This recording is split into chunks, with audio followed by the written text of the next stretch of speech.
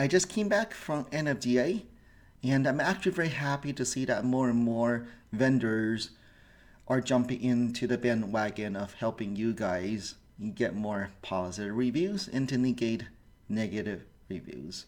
You all know that getting more and more positive reviews are going to be super critical, and it's one of those unfair advantages that if you have tons more positive reviews than your competitors, typically people will choose your business over your competition, even if you charge more.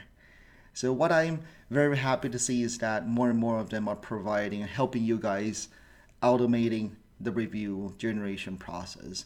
However, something they do not know is Google came out this all the way back in April 2018, something called review gating. You're not allowed to gate reviews. So what does that mean? Let me show you. So if you go on Google, Google actually specified this is don't discourage or prohibit negative reviews or selectively solicit positive reviews from customers. So what does this mean? What this means is you are not allowed to only ask positive experience people for reviews.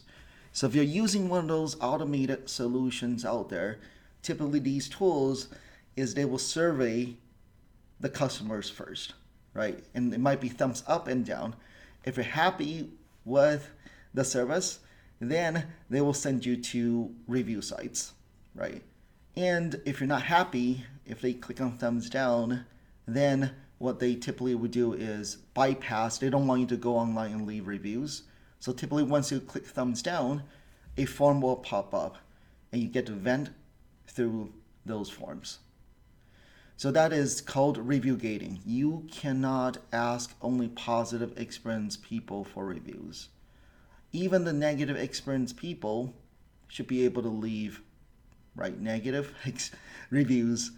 So you got to be a little bit careful is if you're using these tools, got to make sure they're complying to review gating.